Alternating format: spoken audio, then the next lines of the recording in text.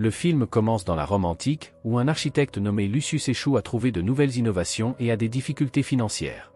Chaque idée qu'il propose est rejetée par ses clients, qui jugent ses innovations obsolètes. Un après-midi, un ami de Lucius l'emmène au therme public pour se détendre. Lucius pense que c'est le pire endroit pour se relaxer, car il est rempli de personnes nues et bruyantes. Dépassé par l'atmosphère, il plonge sous l'eau et y reste un moment. Soudain, il remarque un petit tourbillon se former de l'autre côté du bassin. En s'approchant pour vérifier, il est entraîné par un fort courant. En quelques secondes, Lucius se retrouve dans un endroit ressemblant à un tunnel, luttant pour respirer.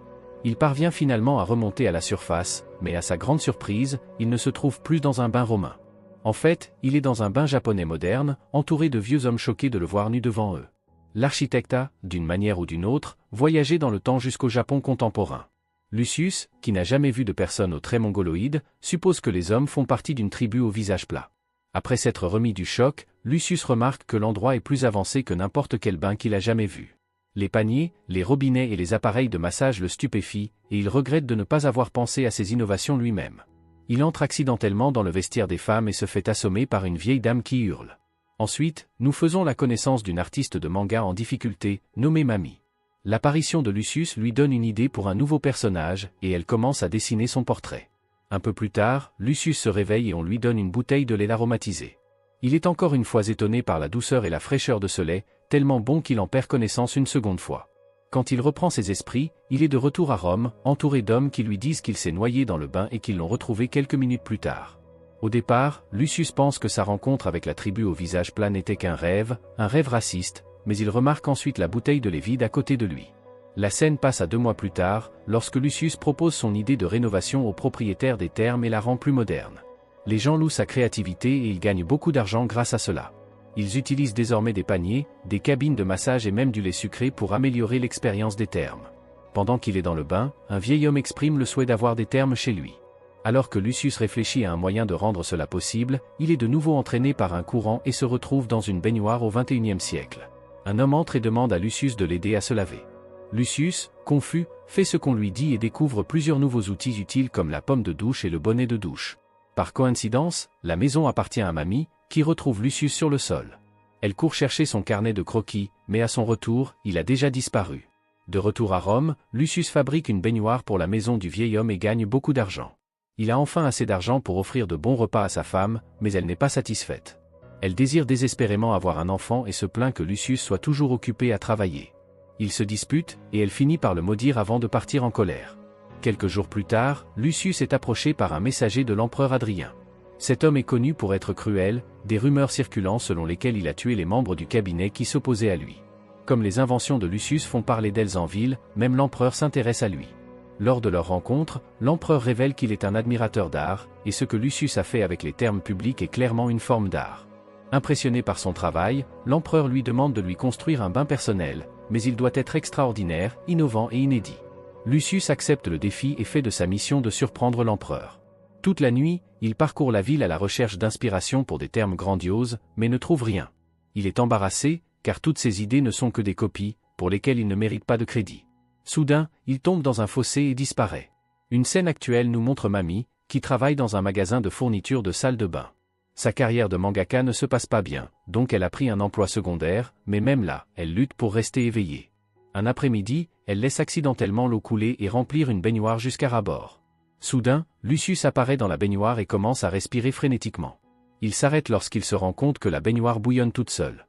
Le directeur du magasin vient se plaindre de cet homme étrange, ce qui donne à Mami et Lucius du temps pour socialiser. Lucius lui demande de lui faire visiter l'endroit et lui tend une pièce. Bien que Mami ne comprenne pas sa langue parlée, elle comprend celle de l'argent, et elle lui fait visiter les lieux. Lucius est fasciné par les urinoirs et pense que le papier toilette imprimé contient les secrets du succès de la tribu au visage plat. Ce qui l'impressionne le plus, cependant, est un bidet. Lorsqu'il l'essaie, il a l'impression d'être au paradis. Copiant tout ce qu'il a vu, il retourne à Rome et construit pour l'empereur les meilleurs termes de tous les temps, une toilette avec un flux constant d'eau pour nettoyer, une baignoire avec des bulles faites par des esclaves soufflant dans un tuyau, un aquarium lumineux et des bougies parfumées. Il dépasse les attentes de l'empereur et reçoit un collier spécial avec une sculpture unique de pattes de chien et de parties génitales humaines. Lucius court chez lui pour montrer son succès à sa femme, mais il la trouve en train de faire l'amour avec son meilleur ami. Plus tard, Mamie retourne dans sa petite ville natale après avoir échoué à plusieurs reprises à générer des idées pour un bon manga et s'être fait renvoyer de ses emplois secondaires. Elle commence à travailler dans un petit bain local et à étudier l'histoire de la Rome antique. La pièce qu'elle a reçue de Lucius et sa disparition l'ont intriguée, et elle veut savoir s'il s'agit vraiment d'une personne du passé. De retour à Rome, Lucius a perdu le goût de vivre après que sa femme l'a quitté pour son meilleur ami. Un jour, il est approché par un messager inquiet pour l'empereur. Il s'avère que l'empereur a récemment perdu son fils et pense qu'un crocodile est sa réincarnation. Il veut que Lucius conçoive un endroit où le crocodile peut être gardé et où tous ses besoins seront satisfaits. Lucius doit être extrêmement prudent avec ce projet, car si l'animal meurt, toute la faute lui retombera dessus, et il sera déclaré criminel national. Ensuite, Lucius retourne au terme de l'empereur pour vérifier le flux d'eau à sa demande, mais lorsqu'il entre dans la baignoire, il est de nouveau transporté dans le futur. Il se retrouve dans une cage avec des crocodiles, dans un sanctuaire de crocodiles. Au même moment, Mamie est également au sanctuaire avec un rendez-vous qu'elle n'apprécie pas. Elle essaie de se débarrasser du type et est heureuse de voir Lucius dans la cage. Elle le sort et lui fait visiter le sanctuaire, oubliant complètement son rendez-vous. Lucius apprend à bien s'occuper des crocodiles et à créer un habitat qui leur convient. Mamie l'emmène également pour s'entraîner au tir à l'arc afin de vérifier s'il est vraiment un homme romain. Il atteint toutes les cibles, confirmant ainsi ses soupçons. Peu après, il se retrouve dans une source chaude qui le ramène à son époque. Quelques mois plus tard, l'empereur obtient un lieu parfait pour élever son fils crocodile. Il commence même à traiter Lucius comme un membre de la famille, l'invitant fréquemment au palais. Tout semble aller bien dans la ville jusqu'à ce qu'un jour, l'empereur soit informé que des rebelles attaquent ses troupes. Ils sont mécontents de son règne et veulent le détrôner à tout prix. Les soldats de l'empereur et les rebelles se livrent à une longue et dure bataille qui dure plus d'1 an. À ce moment-là, l'empereur a vieilli et est prêt à prendre sa retraite. Il prévoit de laisser le trône à son neveu Sionius. Pour le premier projet de Sionius en tant qu'empereur, il va construire de nouveaux thermes pour gagner le soutien du peuple. L'empereur veut donc que Lucius aide son neveu dans ce projet. C'est un problème pour Lucius, car ses principes ne sont pas alignés avec ceux de Sionius, qui est arrogant et orgueilleux. Lucius sait que si Sionius devient empereur, la chute de l'Empire romain est inévitable. Après mûre réflexion, il se rend chez Sionius et refuse de travailler pour lui. Sionius lui rappelle qu'aller à l'encontre de l'empereur est un crime de trahison, passible de la peine de mort, mais Lucius reste inflexible. Il va voir un autre architecte et le supplie de prendre le projet à sa place. Cependant, l'homme est furieux contre Lucius, car il le tient pour responsable de sa ruine.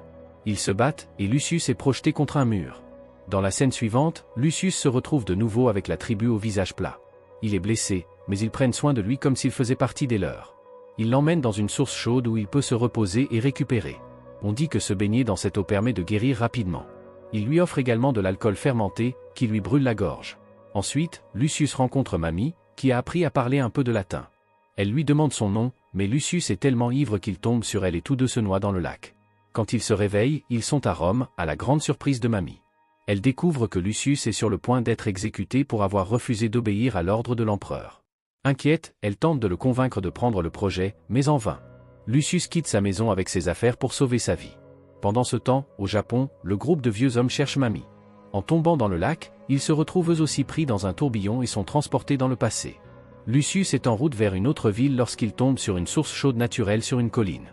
Il se souvient de la manière dont la tribu l'a traité et réalise que la source peut être utile pour les soldats blessés de l'empereur.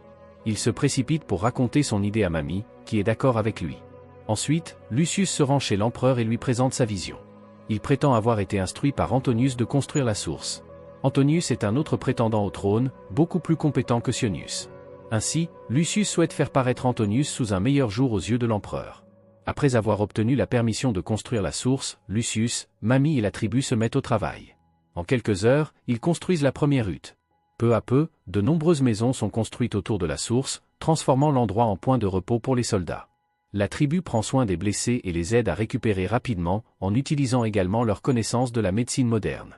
Quelques mois plus tard, les soldats remportent la bataille contre les rebelles. Ils célèbrent en buvant et en dansant. Lucius et Mamie s'assoient en privé et discutent longuement. Ils ont développé des sentiments l'un pour l'autre au fil du temps qu'ils ont passé ensemble. Lucius est plus heureux qu'il ne l'a jamais été dans sa vie, jusqu'à ce que la tribu disparaisse soudainement. Mamie commence également à s'évanouir sous ses yeux, mais avant de disparaître complètement, elle lui dit qu'il y a plusieurs chemins qui mènent à Rome. Dans la scène suivante, l'empereur fait d'Antonius son conseiller. Lucius est également récompensé devant les citoyens pour son courage au combat. Les gens reconnaissent que sans lui, il n'aurait jamais gagné. Pendant ce temps, Mamie a commencé une nouvelle vie dans le futur. Un jour, alors qu'elle marche dans la ville, elle voit Lucius sortir d'un étang. Le film se termine lorsqu'ils se retrouvent.